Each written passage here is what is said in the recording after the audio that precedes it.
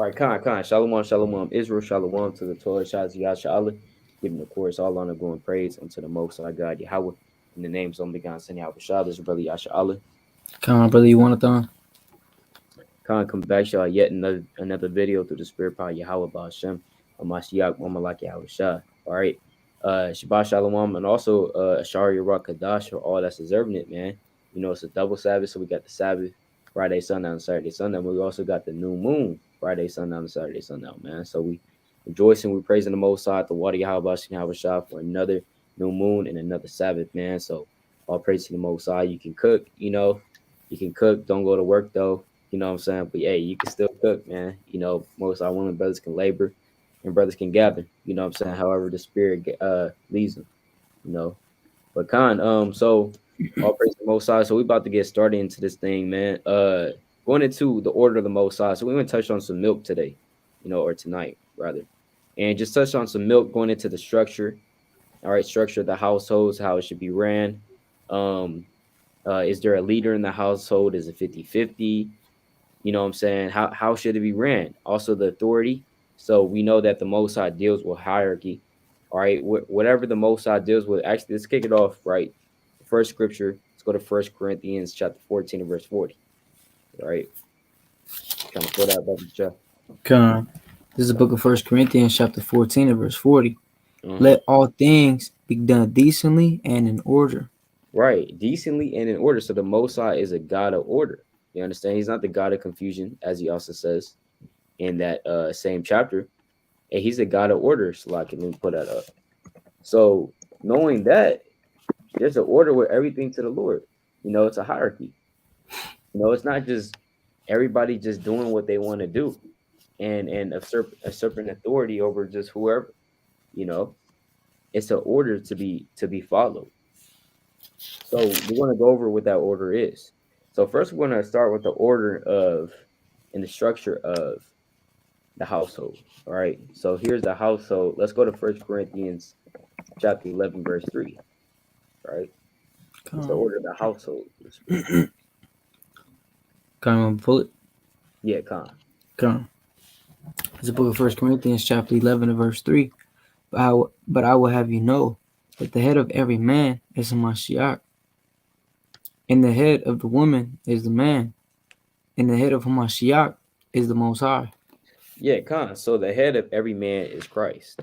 So the head of us or our head is Christ, meaning who we follow and who we look up to is Hamashiach Yahushua. He's our head. He's our follower, right?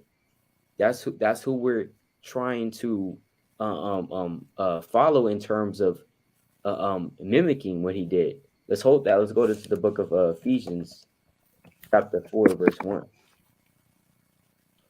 Right, actually, it's like 5 and 1. Actually, Ephesians 5:1. yeah, Con. Come on. This is the book of Ephesians, chapter 5, verse 1. Right, Be ye therefore followers of the Most High, as dear children. right. So be followers of God as dear children. We know that you have the Most High God, but Yahweh Shah, he's also a God. That's why it says, "Be their followers of God as dear children." Now let's go into that word for followers in the Greek. Let's see what it says. Word for followers is Strong's G 3402. And what does it say? It says an imitator. Damn, a follower, imitator.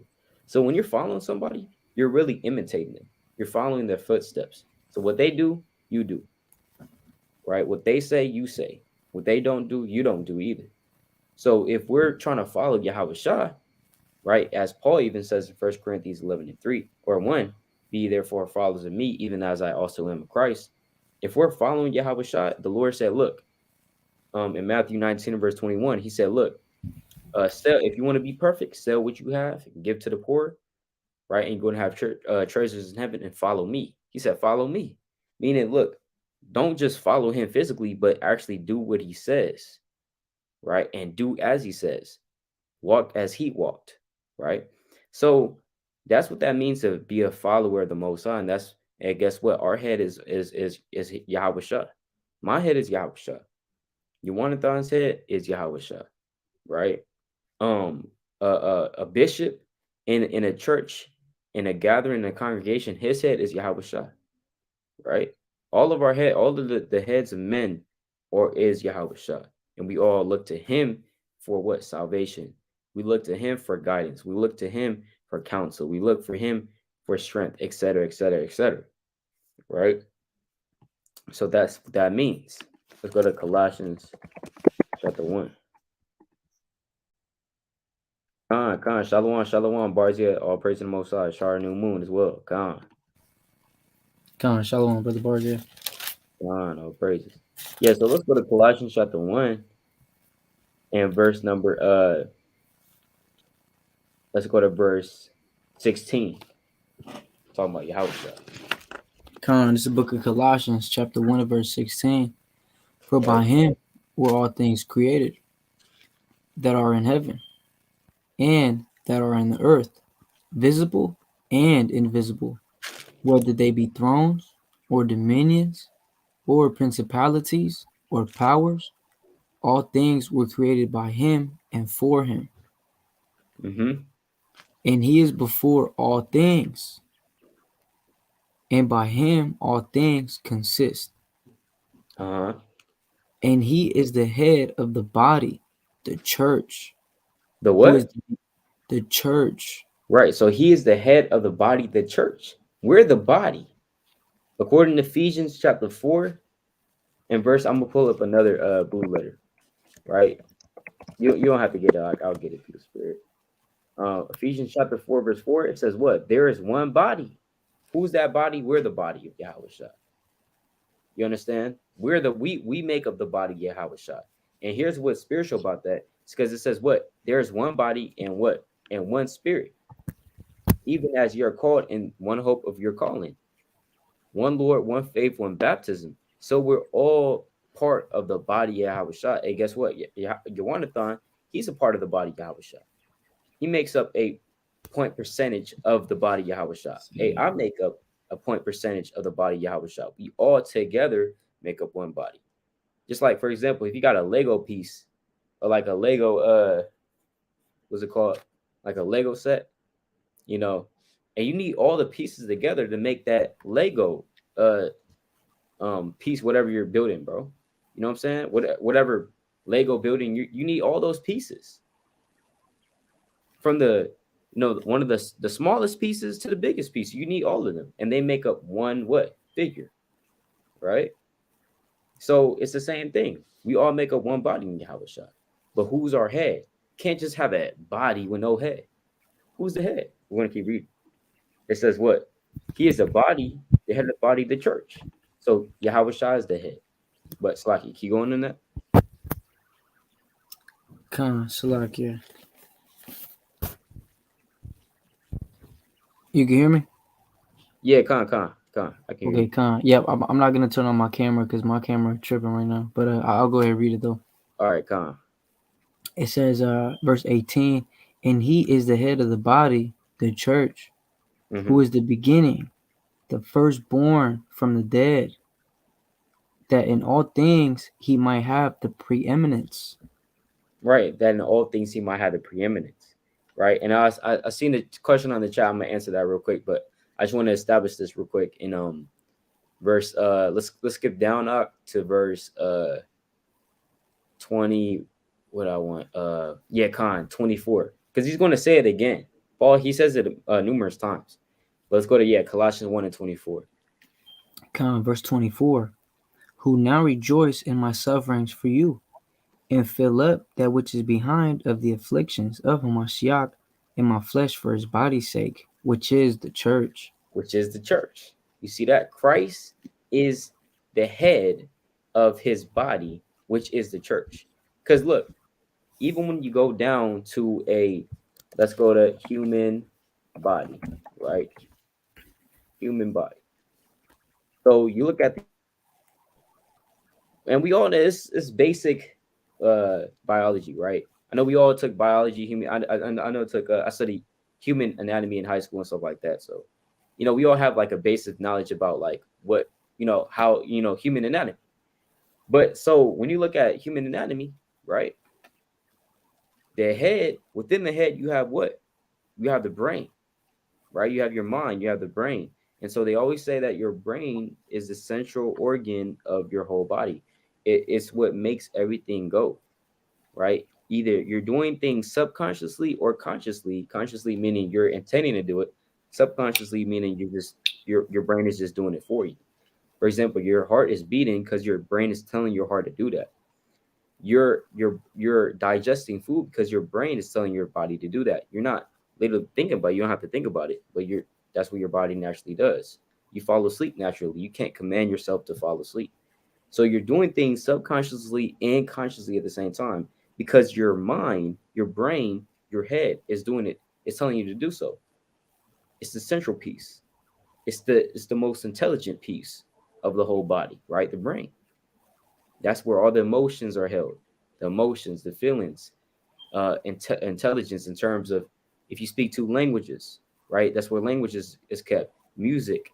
They always talk about your heart. Your heart doesn't do nothing except for pump blood. That's all it does. You can't just talk about the heart. That's your brain doing all that stuff. So it's the same way with the Most High, or it's like Christ and the body. The body is the church, and Christ is the head. He's the central piece. He tells us what to do. We don't tell him what to do, right?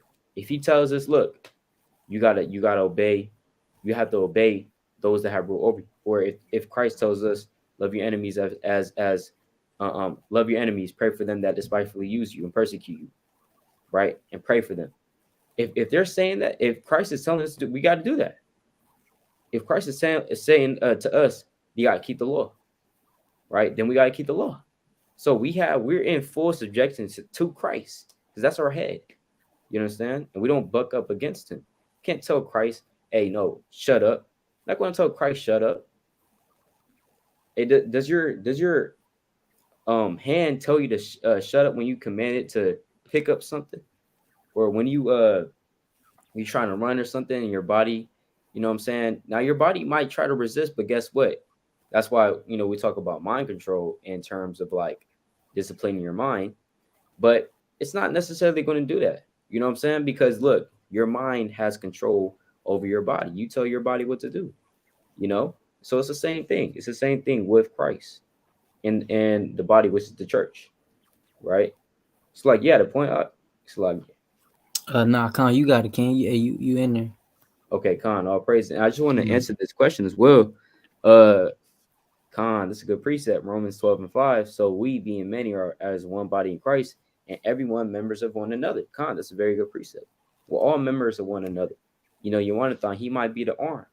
I might be the leg. You know what I'm saying? Somebody has to be the T. Somebody has to be the eye or the eyebrow, whatever. All these things that's part of your body. Most I put it there for a reason, and they all serve a purpose, right? Down to your spleen, your ankles, your Achilles tendon, all this stuff, right? We are the pillars and bricks. Yeah, exactly. We're the pillars and bricks, right? Hey, you want to? Let's go to the book of first. Let's go to first Peter. Let's go to First Peter 2:4. Con. This is the book of First Peter, chapter 2 and verse 4. It Mm-hmm. says, "For if the Most High spare not the angels that sinned." Oh, so Oh, like you said, First Peter, right? yeah, con. Con, so that's my fault. It's all good. First Peter, chapter 2, verse 4. Mm-hmm. To whom coming as unto a living stone, disallowed indeed of men, but chosen of the Most High and precious. Right, and Slaki, that's talking about Yahweh, right? And they even got the footnotes right here. But I mean, I might as well read it. Isaiah 28:16 says, "Therefore, thus said the Lord, behold, I lay in Zion for a foundation, a stone, a tried stone, a precious cornerstone, a sure foundation. He that believeth shall not make haste." So Um, yeah, exactly. Yahweh Shai, he is that stone, right? He's that stone, that precious stone, right? So when Peter's talking about that, he's saying, look, onto a lively stone, it's like a living stone. This allowed indeed of men, meaning, yeah, men, they're despising him and putting him off to the side, but nevertheless, he's what? Chosen of God and precious. Kind of like on a side note, kind of like how Moses was as well. Because in Acts chapter 7, right? Now, I don't want to get too deep, but in this is kind of like how Moses was. right? I'm gonna get this real quick. Um, you don't have to get it out. I just get it. Just real quick. Con. Acts chapter 7, verse 35, it says, "This Moses whom they refused, saying, Who made thee a ruler and a judge? The same did God send to be a ruler and a deliverer by the hand of the angel which appeared to him in the bush." So this showing you right here that Moses, kind of in the same way as Yahushua was. Remember, Moses, he was refused at first by Israelites. Moses, he rose up for his people. He saw somebody oppressing his people. He was like, hey, what the hell? Kind of came up there and killed that Egyptian that was oppressing his brother, right? Because hey, look, Moses like, look, I gotta stick up for my people. And then what happened? The Israelite was like, look, hey, who made you a ruler and a judge over me? Who the hell are you, Moses? Right? Are you gonna kill me like you killed that Egyptian? Hey, talking dirt on Moses.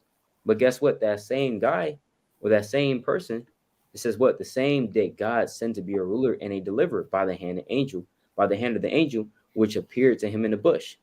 That same person, Moses, who was refused from those Israelites, was made a ruler. So it's the same way with Yahushua, right? That's what that verse is talking about. As unto a living stone, disallowed indeed of men, but chosen to God. Yeah, so you can be disallowed of men and be refused by men, but you can still be chosen by the Most High and precious, right? But let's keep going. Verse 5, it says, Ye also, as lively stones, are built up a spiritual house and holy priesthood to offer up spiritual sacrifices acceptable to the Most High by Yahushua Mashiach. That's right. So just as answering the brother's question, brother said, we are the pillars and bricks. Yeah, we're the pillars and bricks, right? To this church, to this body that we're building, right? It says what? We ye also, and that's verbatim, are as lively stones, are built up a spiritual house. So we're built up a spiritual house. That's why you don't have to go and get a goat or a lamb or a cow and bring it before the Lord and kill it. You know what I'm saying? And skin it and burn it for a burnt offering, a free will offering, or whatever type of offering, right? You don't have to do all that because we're built up a spiritual house, right? It's spiritual now. So now we're offering up those spiritual sacrifices. You understand? Because look, and it gets deep because we're built up a spiritual house. We're built up a spiritual temple. And the reason why we're built up a spiritual temple is because the spirit of the Lord dwells in us. And we know that in the third heaven, the Lord dwells in a temple up there in the third heaven. That's where his spirit is at. So it kind of does get deep, but it says what?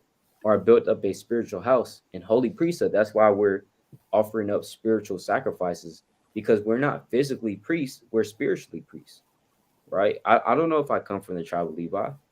You know, hey, Jonathan, he doesn't know if he comes from the tribe of Levi. You understand? We don't know if we come from that tribe necessarily, but we're a holy priesthood because guess what? We're spiritual priests. We're offering up spiritual sacrifices.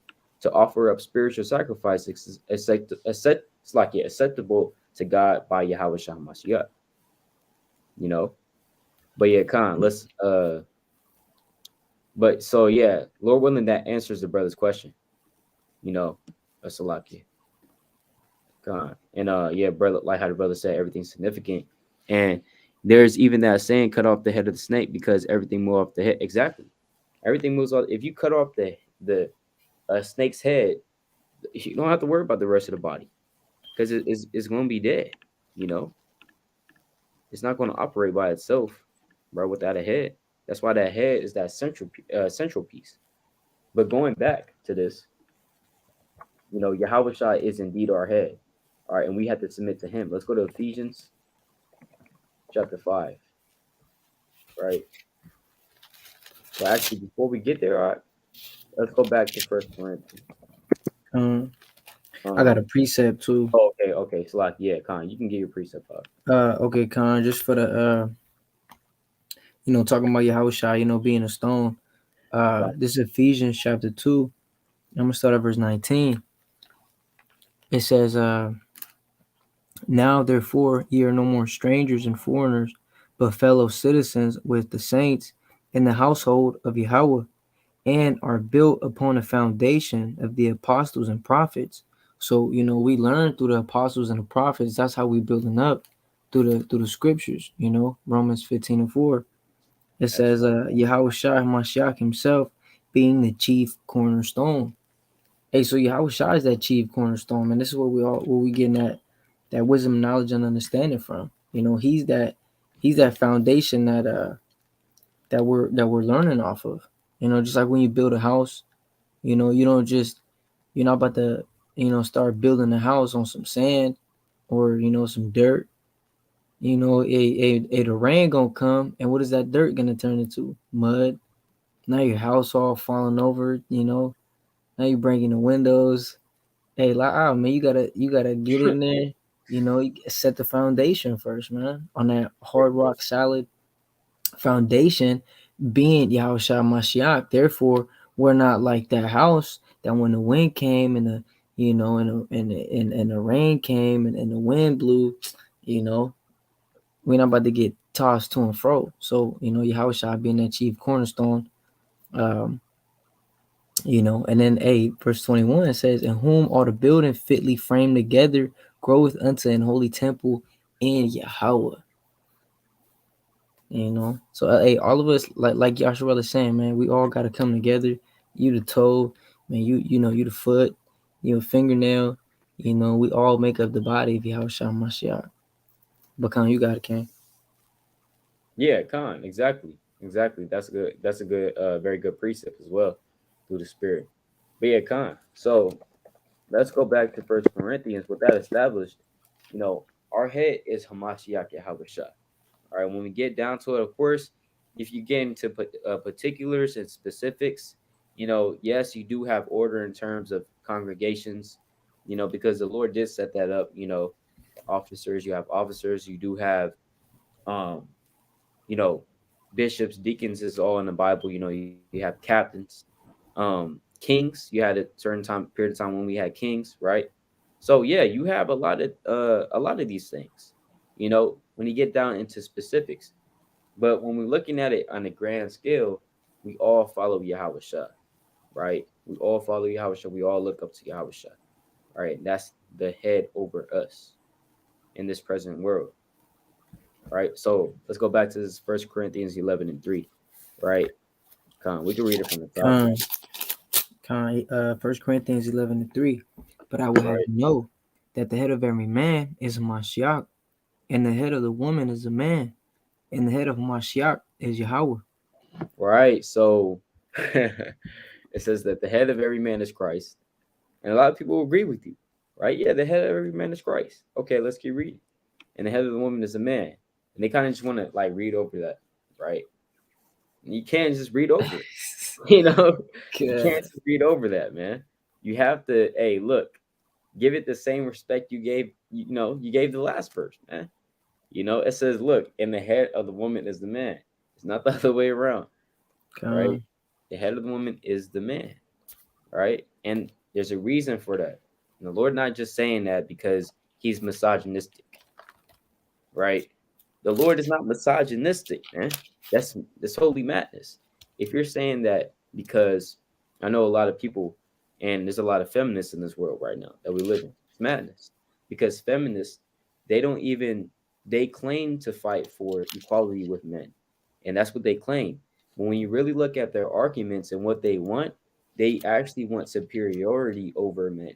They don't want equality. They want superiority. So that's what you have now going on today. Women don't even want to be equal. They want to be over you, right? So that's off. con, That's out of order, right? You have a lot of our women, you know what I'm saying, usurping authority over men. You have I see with both kingdoms, all right? I'm gonna call it out, man. Both con. kingdoms, Northern Kingdom and Southern Kingdom. I see some Northern Kingdom from uh yeah, like Simeon, which is the Dominicans, and they're kind of just I don't know what the hell's going on. Like you got the men and they're talking about no, mommy, I don't want this, I don't want to eat this. Like, what are you talking about? Like I don't know, and it kind of looking like a mom son type of relationship, Con. you know? And the Lord, He didn't set it up like that. Hey, the man is commanded to be the head of the household, right? You know, it's not supposed to be the other way around, right? So, Uh, and we're going to get into that as well. So, oh, so like you can I got a preset for that before yeah, we you got move on. Con, like the brother was saying, man, it that does happen a lot. And I'm gonna speak up for the Northern Kingdom, man. Because hey, Northern Kingdom got it bad. You know, I don't know if a lot of people know this, but in Northern Kingdom they got this thing to where they'll make like having a relationship and a partner in a relationship, and they name it toxic, right? it. Right. Like in Spanish, they'll say tóxica or Yeah. tóxico, right? And they'll actually like start glorifying that person, which is off, right? And it happens to a lot of our people. But I'm gonna get this precept in the book of Isaiah, chapter 3 and verse 12. It says, uh, Khan, so I'll wait for you to pull up. Yeah, you got it. Yup. Okay, Khan, Isaiah 3 and 12, it says, as for my people, children are their oppressors, and women rule over them. See that? Hey, so there's no new thing under the sun. What's happening right now was literally happening in the time of Isaiah. You know, it says, "O That's my right. people, they which lead thee cause thee to err and destroy the way of thy paths." So, the women ruling over their husbands, or just simply a woman ruling over a man, that's off. Especially when Eve reads that First Corinthians 11:3, like you said, they want to kind of bypass that. Then they start getting in their feelings and be like, well, no, you know what, we equal. But that's not what the scripture says, you know. But hey, I guess it's something that our people deal with. But it's time to come out of that. It's time to gird up our loins like men, and rule our household like the Most High wants us to rule it. But kind, you got a king. No, that's exactly right, man. And I got a clip I wanted to pull up actually through the spirit, just to demonstrate that. Now, of course, like I said, it's both kingdoms that's going through this, bro. It's both kingdoms that don't understand this order, and that's why we're doing these videos, though. You know what I'm saying? Con, That's why we're doing these videos, right? Now, I don't necessarily have a video with Southern Kingdom, but I have this video with Northern Kingdom. Um, and so See that? like, it's just for edification, man. It's just Hey, can I bring it out? uh, Hey, the Lord said, "Prove all things." yeah, prove all things. That's right, though. That's right. So, so like, give me a sec. Hey, um, okay, I think I got it right here. The spirit. Uh, okay, So basically, I would just I'm just pull this. Let's pull this. Boom, boom. All right. All praises. Right. What the brother saying? Feminist leads follows the Lilith demon doctrine. Yeah, that's madness. Lilith. Who the hell is Lilith? Just a made up person. Yeah, Sirach 92. Giving out thy soul unto a woman to set her foot upon thy substance. Hey, Exactly. come on. Exactly. You have a lot of precepts on that. Why? Why? Why do you have so many precepts on this?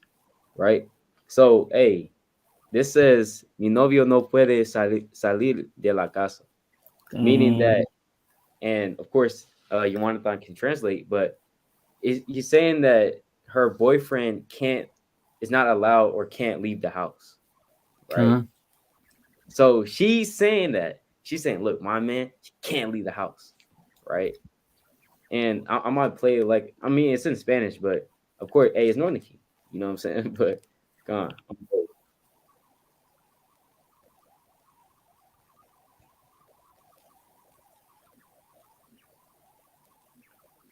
Oh, we can't hear it, King. Oh yeah, you can't hear it, huh? All right, Slaki. Nah. I'm gonna pull it up in the in the Safari. I don't know why it does that though, man. It's madness. All right, All right, I got it here. The spirit. Um,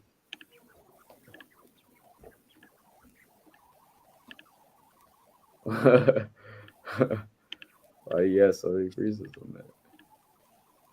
Mi novio no puede salir de la casa. ¿Pero por qué no puede salir de la casa? Porque mi novio es muy guapo y tiene que estar ahí. Y, o sea, pero él no Hey, sale. hey, So Salaki, can't Salaki. can you hear? You gonna translate that? I mean, I can translate. You can translate if you want to. However, King, if you want, I could do it. Oh, okay, yeah, Con, it's all good. Con, yeah. I was just gonna say like she's saying that look, she can't leave the house. He's hella handsome, right? I think that's what she's saying. Yeah, God, yeah, you Hella got it, you handsome. got it. Yeah, you got it. You got the rest out, you know. Hey, okay. But yeah, Con. So yeah, he's hella handsome. She can't leave the house. No, él no sale para nada, yo le dejo todos los gastos. Pero, por ejemplo, no sale a trabajar o así. No, yo lo mantengo. ¿En serio? ¿Usted lo Sí, mantiene? yo lo mantengo. Man. Él nada más me tiene que tener la comida hecha, la ropa y todo. Y si no lo hace bien, yo se lo tiro. ¿En serio? Sí, hasta que todo esté bien listo. Y no cree que, no sé, se pueda escapar, ¿no? O sea, de por el trato o así. No, y si se escapa, él sabe las consecuencias. El día de mañana va a llegar arrodillado a mis pies, porque yo lo mantengo. ¿Quién más lo va a mantener? Mi novio no puede salir del... Yeah. Damn. So what is she Yeah. saying? Man, she said that she the one that basically provides for this man, Mm-hmm. and that if she doesn't have the way that she wants it, that she's gonna throw everything on the ground until she gets what she wants. and he can't leave the house, because if he does, he's gonna come back the next day literally on his knees. Wow. And she's saying, who else is gonna provide for this man? You know, hey, she don't put no respect on the man. Yeah, that's crazy though, right? Gone. Mhm. That's crazy. So there you have it. There you have it, man. You know, and that's not to diss Northern King or anything like that, but it's just the fact of the matter. You have, and look, same thing with Southern King. If I had a video, I would pull that up too. You know, and it's just Israel. Period. You know, it's just Israel. Period has this tendency to where the woman feels like they got to provide. The woman feels like they gotta, you know what I'm saying? They gotta assume that role. And the Most High never said that it should be like that. You know what I'm saying? Of providing. Look, the men were set up to be the providers, and that's how the Most High set it up. You know, down to everything. You know, That's right. spiritually, physically, etc. Right. So I'm gonna get precepts on that. Ephesians chapter 5, verse um uh yeah, I'm gonna go to Ephesians, or it's like let's go to Ephesians 5 and 24. Oh, actually, hold on. Let's start verse 22. That's the point. 22. Okay, Khan. So like Ephesians chapter 5, verse 22. Wives, submit yourselves unto your own husbands as unto the Lord. Yeah, Con. So why submit yourselves unto your own husbands as unto the Lord? Meaning you have to look at your husband like that's the Lord. Right? Come on. Yeah, you gotta look at your husband like, look, that's the Lord. Are you gonna tell the Lord to shut up? You wanna tell the Lord to shut up? Are you gonna tell Yahweh to shut up, right? And stop talking, and you look like a deep this, that, and the dirt. No, that's not, you're not gonna say that, right? And if you do say that, look, you must not believe in the Most High. Because I know, hey, God forbid I would ever say such a thing to the Lord, man. You know, that's Yahweh Shai.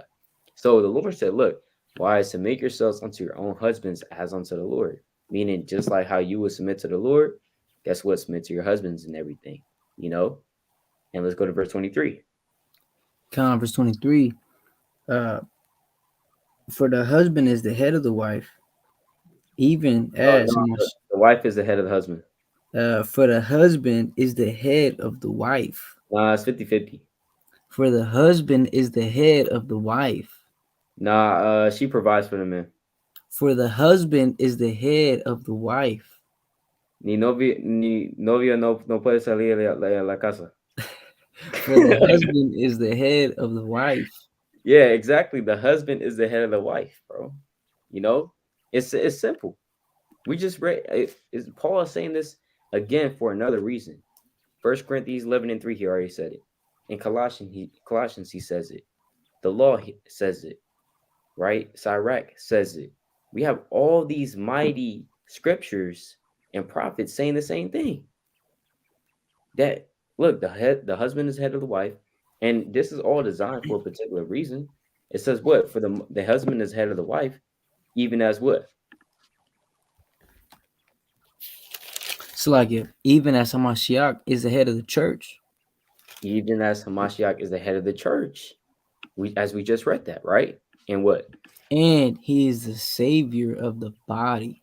Come on. Therefore, as the church is subject unto Hamashiach, so Right. let the wives. Oh, Slaki, go ahead. Oh, like, no, you can finish it. So let the wives be to their own husbands in everything. Yeah, so this scripture is deep right here because it's saying, therefore, as the church is subject unto Christ, meaning we're subject unto Christ in everything. Christ tells us to keep the commandments, to keep the law, keep the faith, enduring to the end, be there perfect. Guess what we're trying to do? We're trying to do that. Christ tells us to go out into the highways and hedges and compel those to come in that my house may be filled. We're doing that. Brothers is driving through the rain. Brothers driving through the hot summer, damn 110 degrees still out there. You understand? Hey, all 4 seasons, doesn't matter. We're still doing it. But hey, we're subject unto Christ and everything. You see us, we're busting our busting our asses off for Christ, for Yahushua, man. You know? But it says what? Therefore, as the church is subject unto Christ, so let the wives be to their own husbands to everything. Meaning, whatever your husband says, you got to do that in righteousness, man. If he's not asking you to go the hell off, then guess what? You got to submit to him. If you say, hey, can you go take care of the dishes real quick? You know, or if he asks you to do something, just go do it, man. What? I mean, I don't understand what's the problem.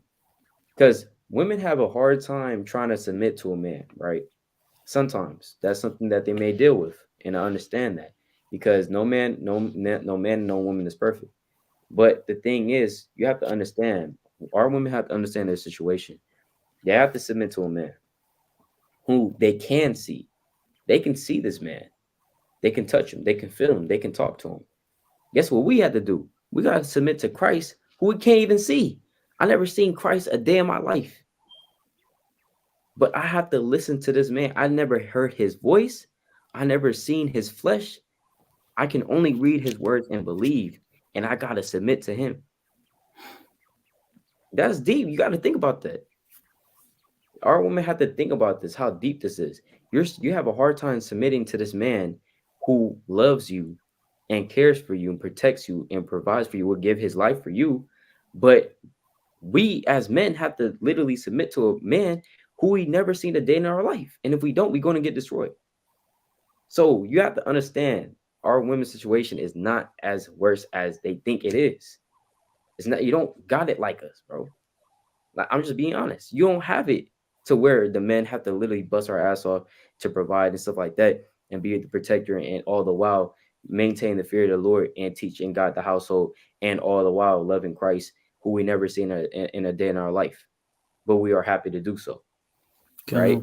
You see that? So come on now. We got to do better than this, man. Right? Let's go to 2 Peter chapter 1. I got a precept too after you can. Okay, Con. After this precept, then you got it, King. 1 Peter chapter 1 and verse number 6. 2 Peter. So like 1 Peter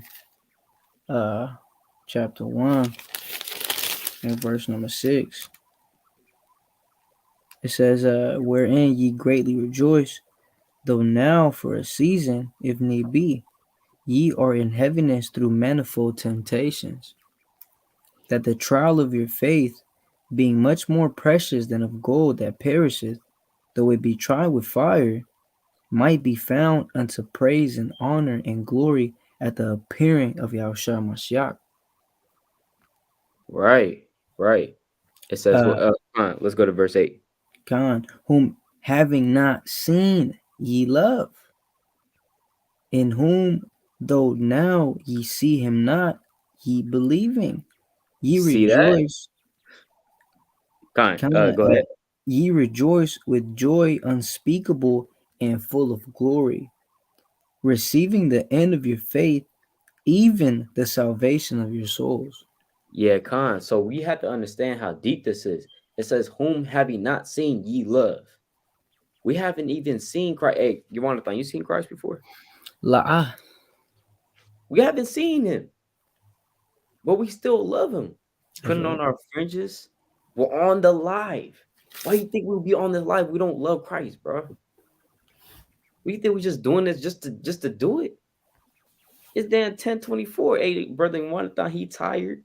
Brothers is tired. Brothers that's on this live right now, watching it. We appreciate you.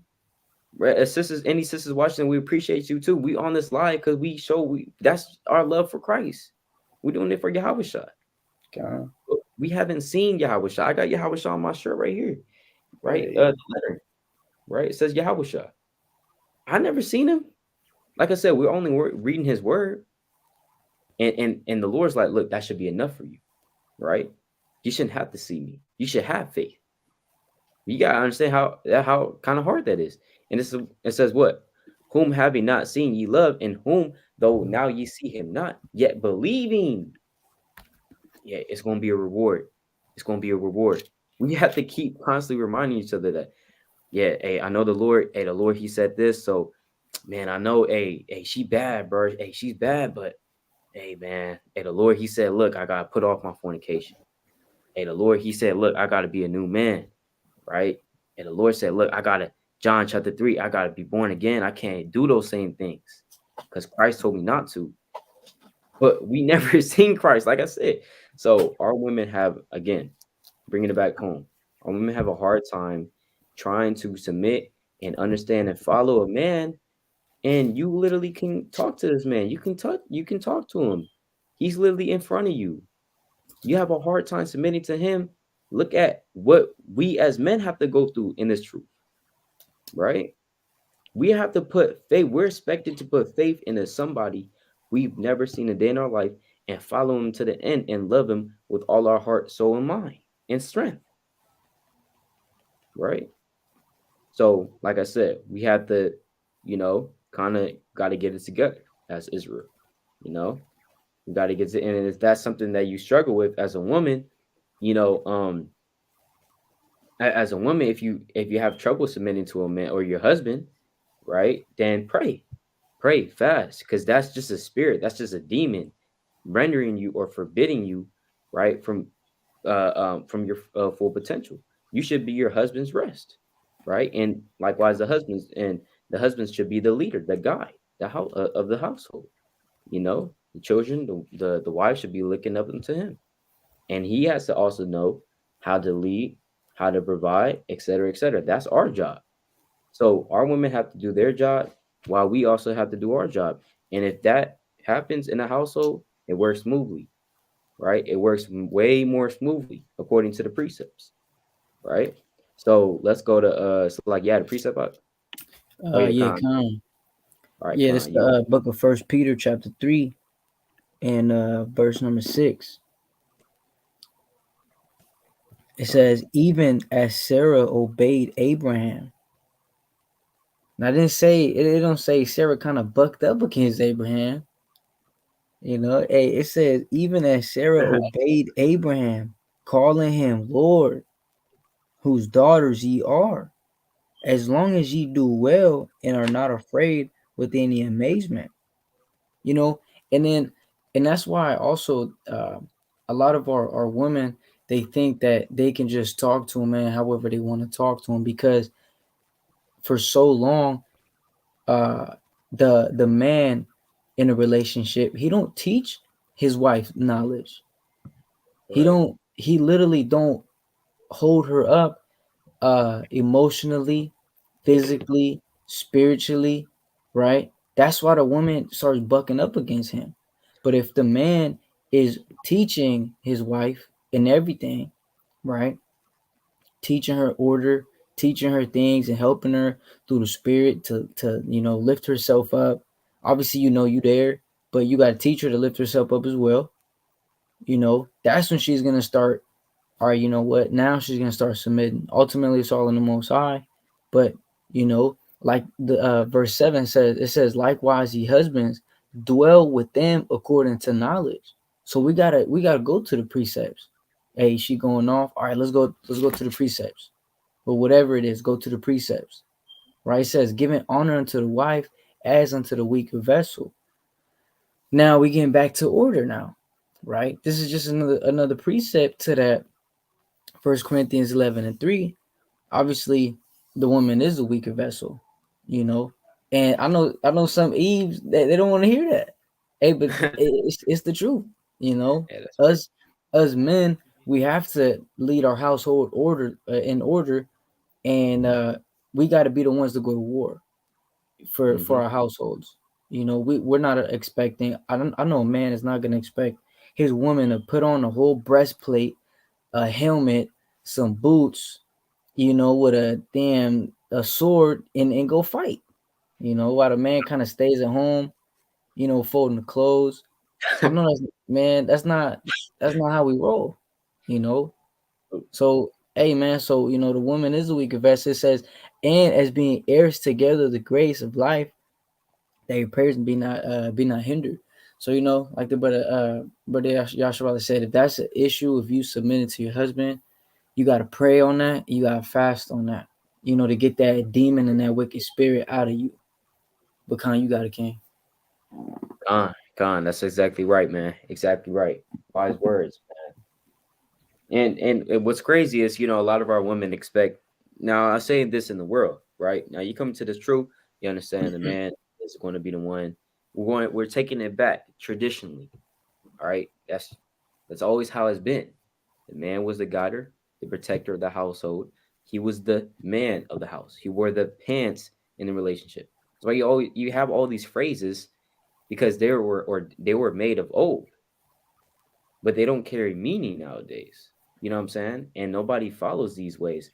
But the thing is, that's how they used to do it. And they still do that in certain countries, not America, right? Not America, Hey, but they still do that in certain countries though. They still follow this traditional way, how the Most High set it up, the man leading the household, the women, children following after. And there's nothing wrong with that, right? Because we have to think logically here, right? Who was given the wisdom, knowledge, and understanding, right? I'm gonna get a precept on that. Let's see who's given the wisdom, knowledge, and understanding. Let's see who was ordained to be teachers. The reason why 12 apostles are any of the 12 apostles women? No, right? La. La'ah. Yahweh Shai, is he a woman? No. Yahweh, the creator of the heavens and the earth, the all wise, the almighty, the all powerful. Is that being a woman? No. So Yahweh, he's not a woman. Yahweh Shai, he's not a woman.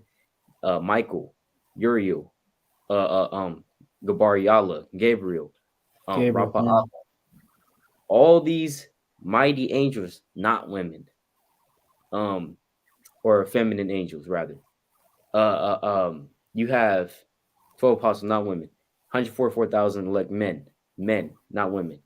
Uh, so I mean, I say all this to say not to boast or anything like that.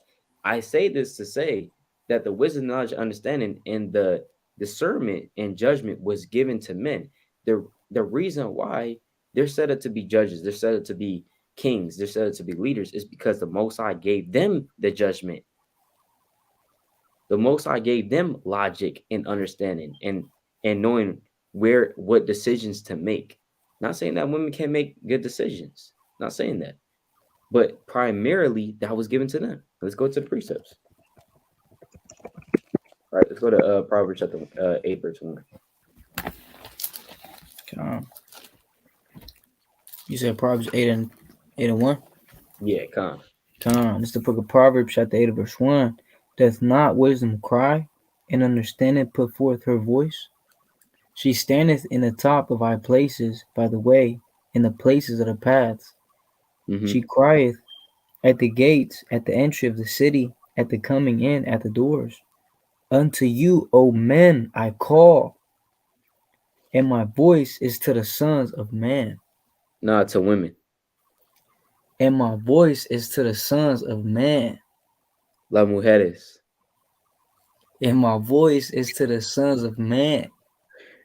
And my voice is to the sons of men. Right? So the Lord said, "Oh men, I call, and my voice is to the sons of men." Right? It's in this. It's in the precepts. Now, is that saying that now? All right, now all of a sudden God is misogynistic, and God doesn't. God hates women now.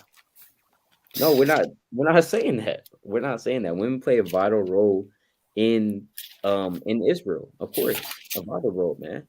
Right? They're made to also be the head. Like we're gonna go get into it most of our women, but um be that kind of that soulless, right? That soulless, that supporter, right? We know that. Let's go to the real quick. Let's go to Proverbs chapter. I think I want 14:1, right? Yeah, Con. Let's go to Proverbs 14:1, right? She's like the pillars, you know. She's like the pillars of the household. She keeps the household going, you know. Hey, a lot of brothers that it would be hard for brothers to take care of 4 children, and he got to go to work, but also take care of 4 children. Hey, that's gonna be hell without a woman. That's Hey, gonna come be on. hell. That's gonna be hell, Yeah. right? So yeah, they do play a very vital role. So let's go to Proverbs 14:1. Con is the book of Proverbs, chapter 14, and verse 1. Mm-hmm. Every wise woman buildeth her house, but the foolish plucketh it down with her hands. Yeah, so every wise woman, she's going to build her house. You're a wise woman, a woman that fears the Most High. You're wise in terms of not necessarily you know all the precepts. That's not what it's talking about, right? Like you can go into like it's your rib. Now she's breaking it down to you. She's teaching you second Ezra 12 and 13, right? She's teaching you second Ezra 11 and 12, right? Going into the seventh 11 feathers or the 12 feathers and You the see that? contrite feathers. You know what I'm saying? And the this and the third. It's not talking about that necessarily. He's talking about look, a wise woman meaning she fears the Lord and she knows the precepts in terms of how to be that godly woman. So she's going to build her house, and then she's like the pillars. She's building up her house by look tending to the children, right? She's raising the household. Hey, look, she might cook. You know what I'm saying? That hey, people, women always say, "Oh, you just want me to cook and clean, huh?" Look, cooking and cleaning. Not saying that's the only thing that women can do, but that's how you're going to run the household. If you're trying to raise a household, there's no food and the house is not clean, how long are you going to survive? You know what I'm saying? Like how long is that household going to stand, right? Without somebody caring to the children, cooking, cleaning, whatever, setting things in order or organizing things.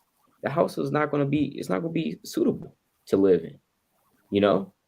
So every wise woman, she's going to build her house. She's going to do everything she can for her household, right? Within the ramifications of her husband.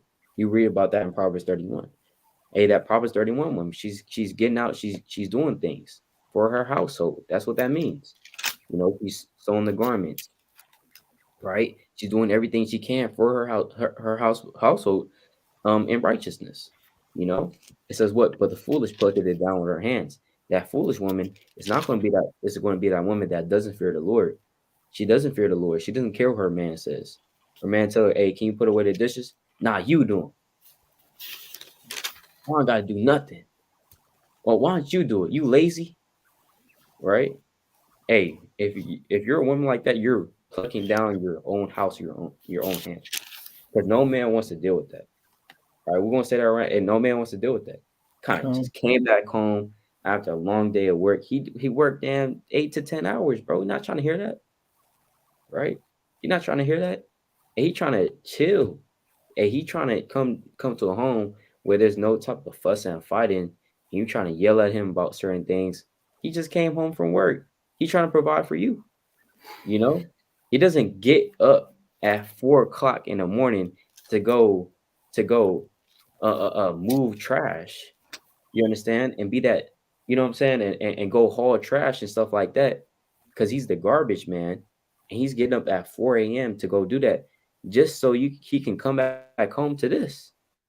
To you yelling at him, to you disrespecting him for no reason. Right? Or you doing all these things. If you do that, you're gonna plug it on your own house or your own hands. Right? Let's go to the precept out.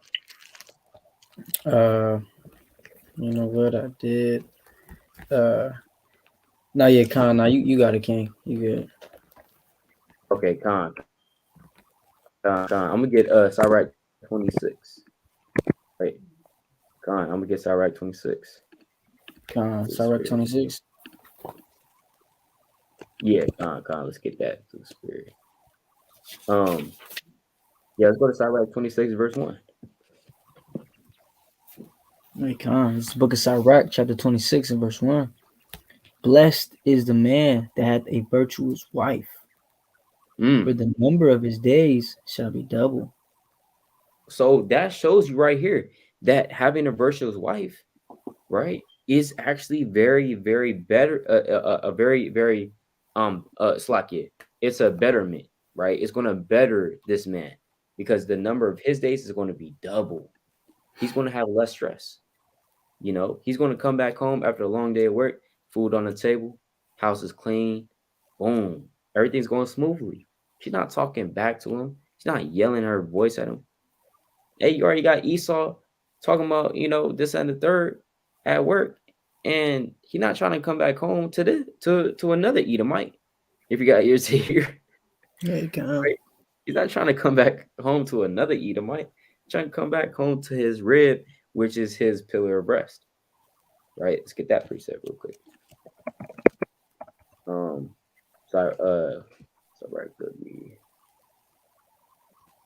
I believe this is 36 actually, Slovakia. I was not pulling it. Oh yeah, Con. It's all right, 36 and 24. The book of Sirach, chapter 36. You said verse 4? 24. Oh, 24. Con. Con. Says, he that getteth a wife beginneth a possession, a help like unto himself, and a pillar of rest. Right. A pillar of stress. A pillar of rest. No. She can say whatever she wants to him. And a pillar of rest. A pillar of rest. A pillar of rest. Hey, that serves a great purpose, man. That serves a great purpose.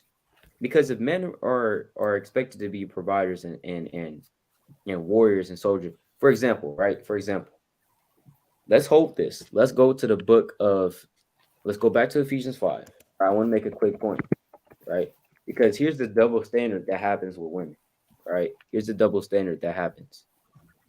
Let's go to Ephesians 5 and verse number 25, right? Con, Ephesians 5 and 25.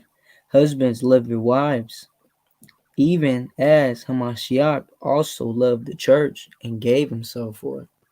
Con, so it says, husbands, love your wives. Don't hate them. Hey, let's say your woman does disrespect you. This is something I had to learn as well. Let's say your woman did disrespect you and called you out your name or whatever. That doesn't give us the right to disrespect them either. Just because they might tell you, shut up, whatever. That's out of order, of course. Don't get me wrong. But that doesn't give us the right and the green light to go ahead and disrespect them, or else we're kindling fire. We're trying to fight that fire with fire. That's not going to work. It's not going to go nowhere. You know what I'm saying? It's going to tear down that household more. It's going to add more to that demon, So I have to understand that first and foremost. So it says what? Love your wives even as Christ, Slakia. It says even as Christ also loved the church and gave himself for it. So I want to harp on this. The Lord is literally commanding the men. That's why it's so crucial that you want to be obedient unto your man. You want to love him. You know what I'm saying? You want to submit to him, and you don't want to give him any more stress than he actually has to go through, because what the husband is going through is this. He has to love his wife, of course, and he loves his children, but he has to love his wife, even as Christ also loved the church and gave himself for it. So Christ, he loved the church so much that he gave himself for the church. He gave himself, for he went on the cross. He bare our reproach. He put on that thorn and needles when he didn't want to. He put on that thorn and needles. You understand? Read that in Matthew. Read that in Luke. Read that in Mark. Read that on John. How they did our Lord. They punched his face, spit upon him, laid their hands on him, called him mocking him. Oh, he said he's a son of God. He said he's a son of God. Oh, you're a son of God, huh? Laugh at him, putting vinegar up to his mouth. When Yahweh said, I thirst, piercing a needle through his side, bro, nailing him to the cross, bro. That hurts. You know, so he literally went through all this and he gave up his life for us. So what this shows you is that the husbands are commanded to die for their wife. Come on. Show me the precept. Show me the precept where it says that the wife has to die for the husband. You can't find it.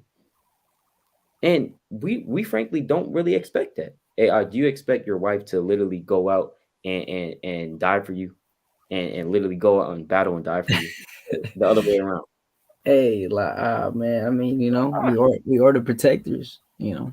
You are the protectors. So that's the crucial thing. That's the crucial thing and the double standard that comes with women. A lot of women say that, and I'm talking about women in the world. They'll say, okay, well, you know, like they say, oh man, 50-50, or I'm over the man, or, you know, this and the third, right? So, okay, so if that's the case, if we're equal, or if it should be a 50-50 or whatever you think, right? If that's the case, then how come when, let's say, somebody is breaking in the house, who's going to get up? Who's going to get up to check? Who's going to get up to fight? It's going to be you. If you want to be over the man, you get up. I'm chilling. I'm chilling. Right? Hey, I'm gonna sit back in my bed and I'm chilling. You go ahead and go deal with him. You say you want to be over us, right? You said it's all about you, right? You said I can't control you. Oh, go right ahead, because I'm not gonna do nothing, right? So you see that double standard. They'll say no, no, no, no, no. So then don't say that then. It's not a 50-50. It's not a 50-50 then, right? Because you're not gonna protect. I want to do that. So it can't be a 50-50. And they also this too, right? A lot of women want what? A man that's taller than them, stronger than them, more intelligent than them, right? And makes more money than them. That's 4 things that they want in a man. That's what they literally look for. So if that's the case, you don't want a 50-50, because how in the hell is that 50-50? If I'm making more money than you, I'm stronger than you, right? I'm smarter than you. All these things, right? I'm all these things. I'm then there better than you in 4 things. How in the hell is that a 50-50? It's not a 50-50. So don't come with me with that standard, right? And I'm expected to die for you. I'm expected to go to work. If a draft happened right now, how many women's gonna sign up? That's talking all this 50-50 stuff. None of y'all are gonna. You're not going to sign up for that. You don't want to go to war. You understand? So you can't talk about 50-50, right? If you don't want to do the things that men actually do, right? You just talking a big talk, but the scriptures don't talk about that, right? The scriptures don't talk about that, right? So yeah, come. And I hope that I hope you got a game. Oh, Slack, I was just saying, then you got it. I was just saying, look, I hope that goes through a lot of people's minds, bro. Because you have to literally think about that, right?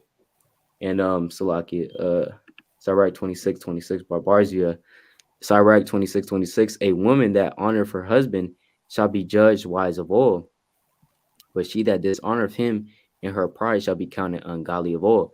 Exactly. If you dishonor your husband, I mean, I don't understand why you want to do that. That's your head. You should look at your head like, yeah, man, that's my head, man.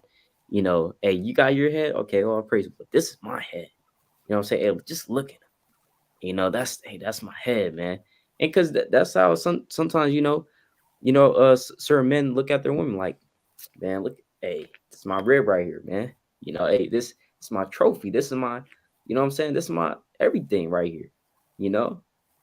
So I understand that. Like, why would you want to dishonor your head? Right? But yeah, Khan. Like how the brother say, yeah, Khan, we haven't seen, Hamashiach. We bear with him. Ephesians 5:25 saying so much, showing husbands how to suffer along for your wife being the weaker vessel. Exactly. Exactly. Our women are sacred, but the enemy has perverted and confused Eve to destroy. So exactly. All facts. All facts. Khan, it's like you got it, King. Yeah, Khan, I just got a point real quick. It's it's just the spirit of in a man, and it's the spirit in a man that is gonna have the woman feel comfortable, right, or at rest, because like you saying, it was a beautiful point that you said. If somebody breaks in the house, am I expecting you to pull that to pull it out and go over there and check? No, I'm not expecting you to go check. I'm gonna get up and I'm gonna check who it is, right? If it's somebody, then we getting down. If not, I'm coming back to bed. But in a different case, now you know, say you in the house, and all of a sudden you start hearing noises, the door slams shut, right? The window breaks, the damn refrigerator door opens and closes.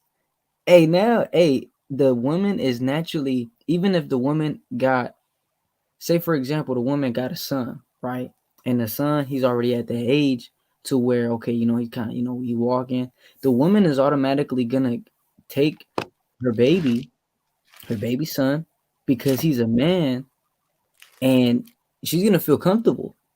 She's gonna feel more at rest, because it's the spirit of a man. It don't matter how old you are, it don't matter how damn strong you are. It's just the spirit in a man that is stronger than a woman. You Right. know, but that was a good point that you said though, King. Khan, that's a good point that you said right now too, to the spirit. And yeah, Khan, exactly, man. This is stuff. This is the kind of stuff we gotta understand, right? And like I said, it's both on the man's job, it's both on the woman's job. Like I keep saying, you know, a lot of people don't want to talk about this, but we men we got it worse. You know what I'm saying? We got it harder, man. We have it harder, because we're expected to give our life for our wife, for our children, and if we don't do that, we're seen as, oh, you're a coward, you weak. You know what I'm saying? If we have to get up 4 o'clock a.m. in the morning. Some brothers get up 4 or 5, whatever, to go, haul trash, or damn whatever. Go to the mining. Hey, how many men are in the world? How many women are garbage men in the world? All the garbage men in the world are 90% of them are men. Coal miners, over 90% men. All these physical labor jobs, all of them are men. Go to the construction sites. Who do you see? Who do you see Hey there? man. It's men. Okay. Where's all the women in the construction jobs?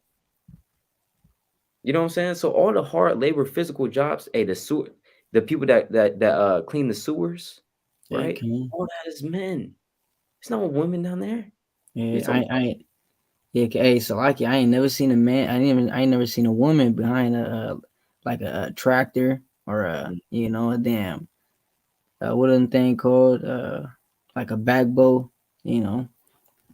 yeah, gone, exactly. You hardly do I ever see a woman truck driver either. A lot of times, 9 times out of 10, it's a man.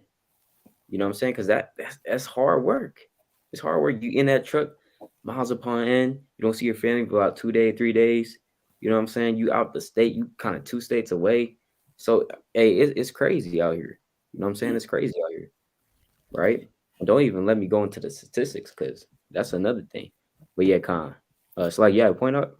Yeah, Con. I just real quick, not the, not that we getting on a woman or nothing. Yeah, Khan, It's just exactly. it's just order. You know, these things need to get brought out, and hey, the Lord said offend less. So we not trying to offend, the woman. It's just we doing everything for edification's sake. You know, Exactly. Khan. It's not like I said, like how you said right now. It's not a shot at the woman. Because we about to get on the other side too. We Con, about to get on the other side too, in terms of the men, right? And what the order is. So it says what? Uh it says husbands love your wives, right? Let's go to verse 28. verse 28. So ought men to love their wives as their own bodies. He Mm, that loveth his wife loveth himself. right. So the Lord said, look, you have to love your wife as your own body, you know? Just like how you kind of check up in your body, you make sure your body is good, straight, looking good, smelling good, whatever, it's washed up.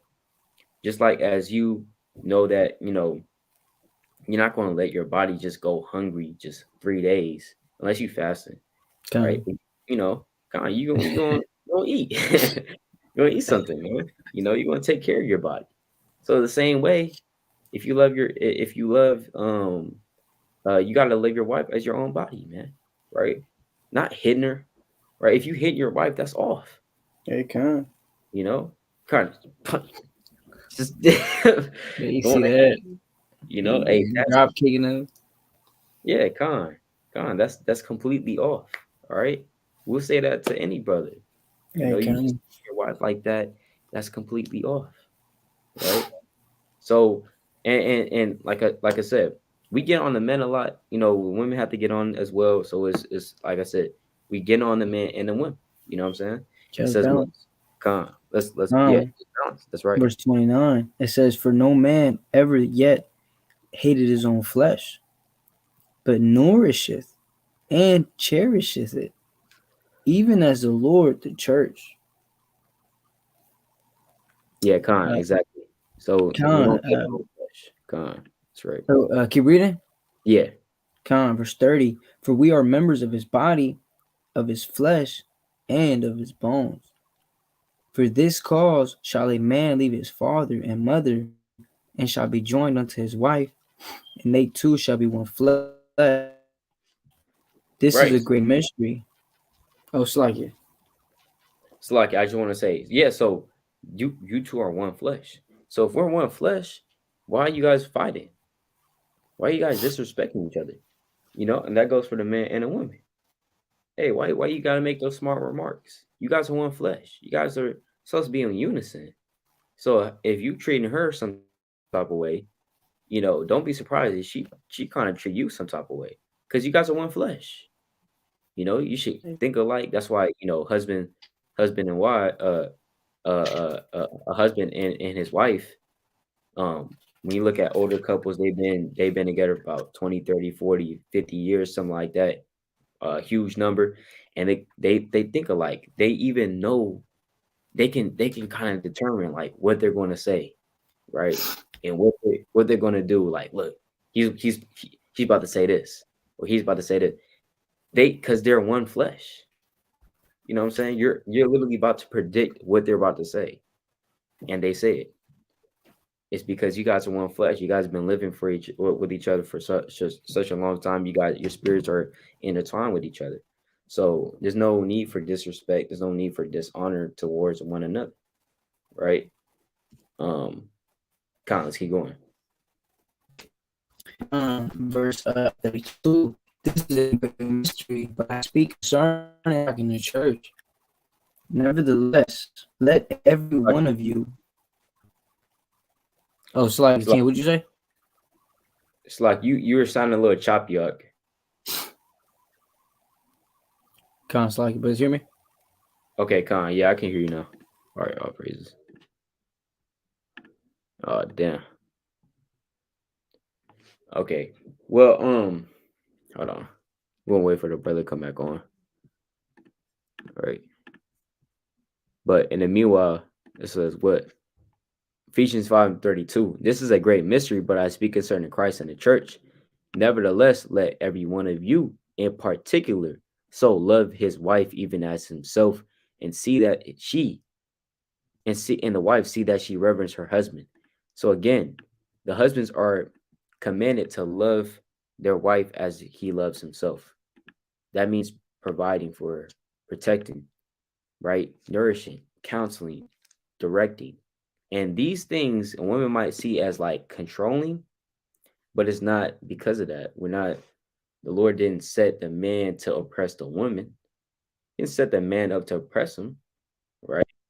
It's it's so that it's so that both can get into the kingdom, so that both may serve the Most High in a better way, right? To help each other. You know what I'm saying? Because there's things that, of course, women can do that men can't do. There's things that men can do that women can do.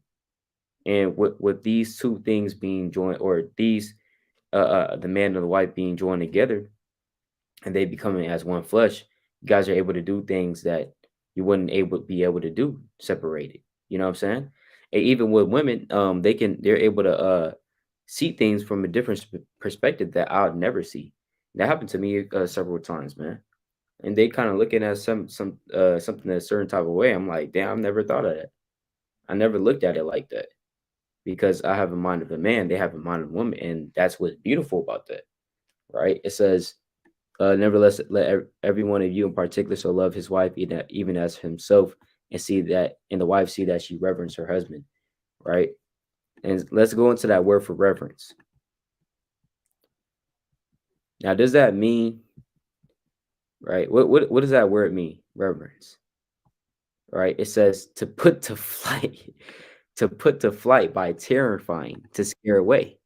So the Lord said, look, your wife got to be put to flight, you know? And when it says that, all right, we can't get simple and be like, damn. So every time my man comes into the room, I got to be just scared of him. No, not scared, but reverence in terms of what? When the Lord talks about, and every man shall fear his father and his mother. Let's go to the book of Leviticus real quick. All right. Rocky, I can't, you want to come, can you hear me up? All right, come on. I don't know if the brother can hear me, but Leviticus 19:3, it says, what? Ye shall fear every man his mother and his father, and keep my Sabbaths on the Lord your God. So when the Lord says, ye shall fear every man his mother and his father, does that mean that every time your mother kind of comes into the room, now you're just shaking in your boots? You're just shaking in your boots. Well, if that's the case, brother, then your mom is kind of going off, because she shouldn't have that type of influence on you, or your father shouldn't have that type of influence on you as well, right? These things shouldn't be so, right?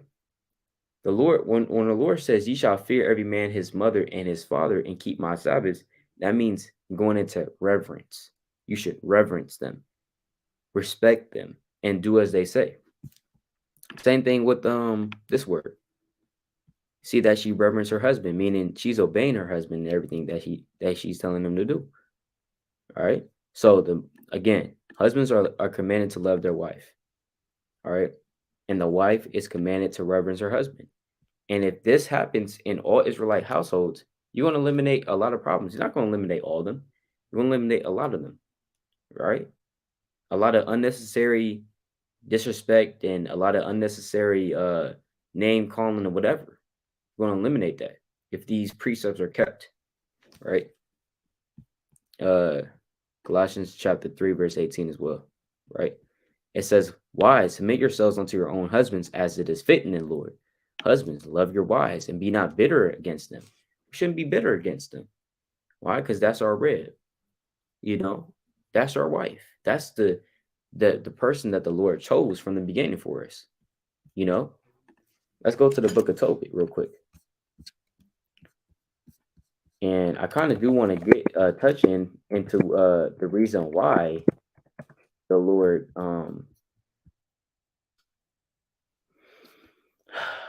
Salakia. I actually do want to touch in the reason why the Lord set that up that way. Why he didn't set the woman over the man, and why he set the man over the woman. I do actually want to touch on that a little bit. But this is Tobit chapter 6, verse 17. And the devil shall smell it and shall flee away and never come again any more. But when thou shalt come into her, rise up both of you and pray to God, which is merciful, who will have pity on you and save you. Fear not, for she is appointed unto thee from the beginning. So whoever is your wife, the Lord appointed that soul with you from the beginning. So you didn't have a choice. Though it may seem like you had a choice. You kind of looking on Instagram. Man, I got 3 women inboxing me. Man, I don't know.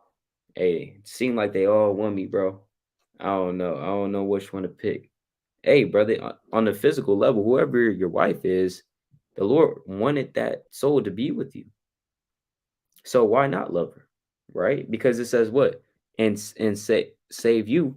It's like you fear not, for she is appointed unto thee from the beginning. She's appointed unto you. She was elected unto you from the beginning. You know? Shalom, can you hear me? Oh, damn. She's appointed unto you from the beginning, and thou shalt preserve her, shall go with thee. Moreover, I suppose that she shall bear thee children. Now when Tobias had heard these things, he loved her. He didn't hate her, right? And disrespect her. And his heart was affectionately joined to her. You see that? So now we have to understand that. And I just want to touch on real quick the reason why the Lord set this up this way, because it's all in the Bible. 1 Timothy chapter 1 and verse, actually I went to. We all know this precept. Like I said, it's not a bang on the women, but I just wanted to touch on the reason why the Lord set it up like this, right? It's all for edification. 1 Timothy chapter 2 verse 9. In like manner also that women adore themselves in modest apparel, with shamefacedness and sobriety, now embroidered hair, or gold, or pearls, or costly array, but which becometh women professing godliness with good works. Let the woman learn in silence with all subjection. But I suffer not a woman to teach, nor to usurp authority over the man, but to be in silence. For Adam was first formed, then Eve. And Adam was not deceived, but the woman being deceived was in the transgression. You see that? So when a lot of people might despise what Paul is saying here, but he's saying it with the utmost confidence. He's saying, look, but I suffer not a woman to teach. Meaning, look, a woman should not be teaching. She should not carry the burden of having to teach. You might want to teach. You might look at the brothers. Oh man, he on the live. Hey, they on the highways and byways. That looks easy. That looks easy. Oh man, you dealing with the. Oh man, he just quoting the precepts. Yeah, I could do that too, bruh. You might think to yourself, you could do. It's not that easy. I'm gonna tell you that right now. It's not that easy. What you think, brothers just woke up with this knowledge? What you think, brothers just came out, we was in the world one day and just came into the truth the next and was just shaking the hand mightily, calling 4 to 5 precepts at the same time, just out of nowhere. No, if you think that, that's not what happened. It's not easy being a teacher. It's not easy being an Israelite man in this truth, especially. So you should look at it like, our women should look at it like, that burden is not on me. Because you guys already have burdens to carry as being pillars of the household, as building up your household, or as being women for the Lord, right? And kind of like how the brother said, our women can't teach, just can't teach a man. She teaches over women and her children. Yeah, kind of exactly. And the scriptures do touch on that in Titus, like how the women can teach, be teachers of good things, right? Titus chapter 2. And when I say teach, I mean what I'm doing right now, right? And what all brothers, other brothers do as well. Can brothers hear me? See that? Hey, when I say teach, I mean like what this brother's doing.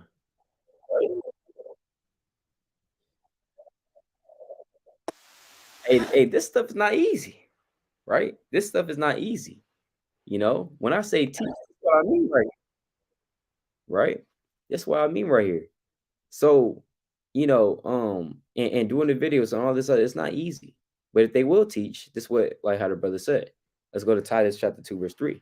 The aged women likewise, that they be in behavior as become with holiness, not false accusers, not given to much wine, teachers of good things, that they may teach the young women to be sober, to love their husbands, to love their children, to be discreet, chaste, keepers at home, good, obedient to their husbands, that the word of God be not blasphemed. I know all the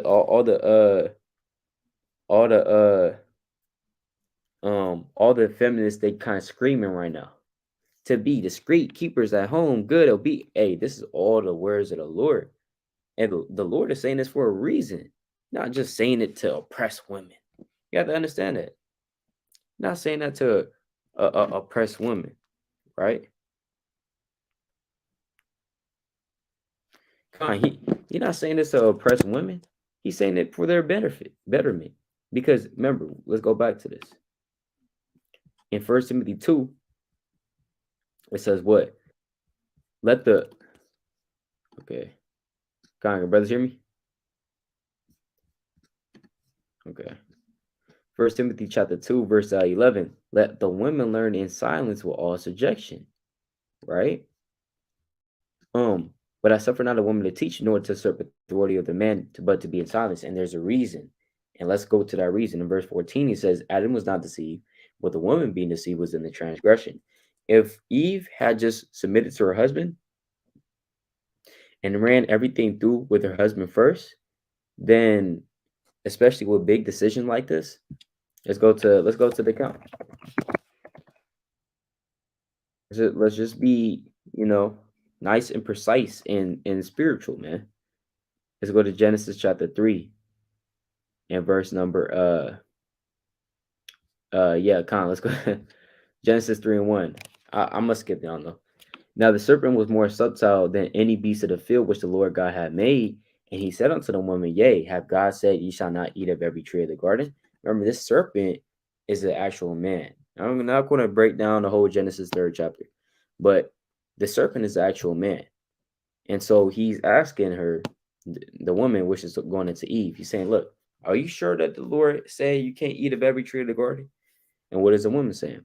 Verse 2, and the woman said unto the serpent, we may eat of the tree, the fruit of the trees of the garden, but of the fruit of the tree which is in the midst of the garden, God have said, ye shall not eat of it, neither shall ye touch it, lest he die.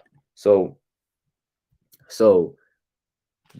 right here, we're seeing that Eve is talking to the stranger she has no business talking to. And she's just talking to him. And where's Adam at? Where's her husband at? She didn't say, oh, wait, hold on. You're bringing this to me, right? And especially, actually, let's keep reading though. And the serpent said unto the woman, ye shall not surely die, for God doth know that in the day ye eat thereof, then your eyes shall be opened, and ye shall be as gods, knowing good and evil. So the serpent is bringing this strange doctrine to Eve, who she has not heard before. She has not seen it before. And he's bringing this doctrine, this philosophy to her. So instead of bringing it to her husband and kind of saying, look, what you think about this? Because this man was talking to me and, I don't really know. I don't really know, what's going on, in terms of this. What do you think? What do you say about this? Instead of kind of running it through her husband first to kind of check to see if that's good or not, she just went and took it. And she was persuaded in her own mind, and she kind of forced her husband to do it with it, or kind of just forced her husband, to accept and to take of this philosophy and doctrine.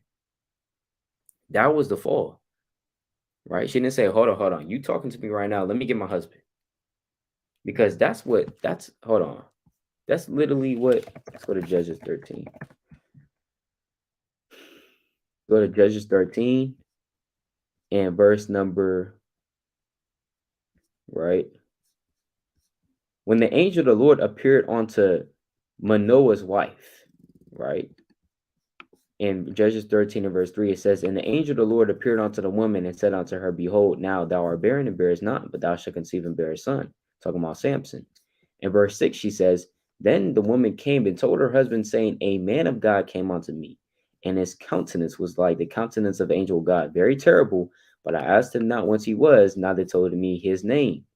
Right? So she told her husband right after, right? She didn't go and just do her own thing. All right. Now in verse 9 again, it says, and God hearkened to the voice of Manoah, and the angel of God came again unto the woman as she sat in the field, but Manoah, her husband, was not with her. So Manoah, her husband, was not with her, right? And the woman made haste and ran. She didn't just start having this whole full-on conversation without her husband. What Manoah did, or it's like his rib, what she did, she saw the angel of God again with that man of God and ran and made haste and ran and showed her husband. So if she didn't have that mindset to where, oh, I can deal with this by myself. I don't need to get my man. I can make decisions by myself. I know what's going on. She made haste and ran and showed her husband and said unto him, behold, the man have appeared unto me that came unto me the other day. You see that? Because she understands order.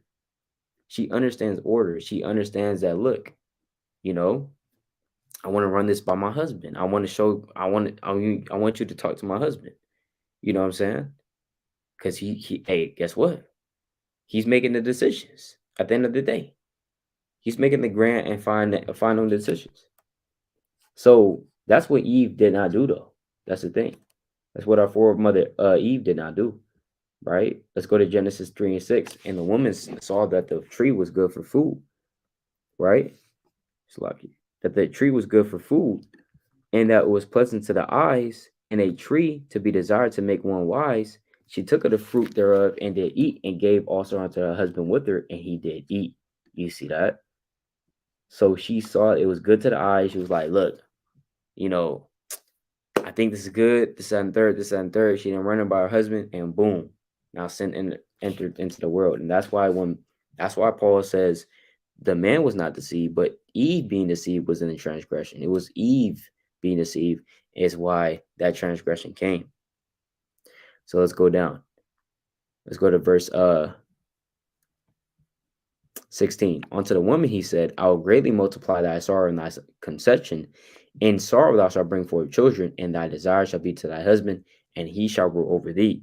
So the Lord said, look, your husband, right, is going to rule over thee. Now, does that mean every time he comes into the house, now he just has a crown on his head, and he's like, look, bow down before me, for I am thy husband? No, that's not what's happening. When it says rule over thee, that's just simply meaning that he has what? The power and the authority over the household. And so you would have your desires shall go to your husband, and you would have to submit to your husband, because Eve made that mistake of not running things by her husband for his judgment, because the man was given the judgment, and she thought that she had the judgment when she really didn't. So that's why you have the case as it is now, right? And that's why, just going back to the Genesis, going back to the beginning, you understand? But there's a plethora of precepts to just, if we went through every single precept about this, we'd just be here all night. And I'm not trying to keep y'all here all night. 1 Corinthians 11:3. But I have you know that the head of every man is Christ, and the head of woman is a man, and the head of Christ is God. All right. And that's the hierarchy. All right. Christ meaning he's Yahushua, the Most High. The Most High. And when it says God, it's talking about the Most High God. It's talking about Yahweh. Right. And he's the supreme over all through the Spirit. Right. He's the supreme over all. All right. The Spirit probably Yahushua. All right. So, like I said, it's plethora of precepts, to touch on this. We didn't really have anything planned for real. So it was really just off the Spirit, but we just was planning on going into the structure and authority of the Most High God and what He had set up. I know it's the new moon, so I want to let brothers and sisters, kind of enjoy that new moon through the Spirit. The water, I greatly appreciate, all the support, the comments, everything else. Continuing to watch these lives. All praise to the Most High. Let me get close in precept.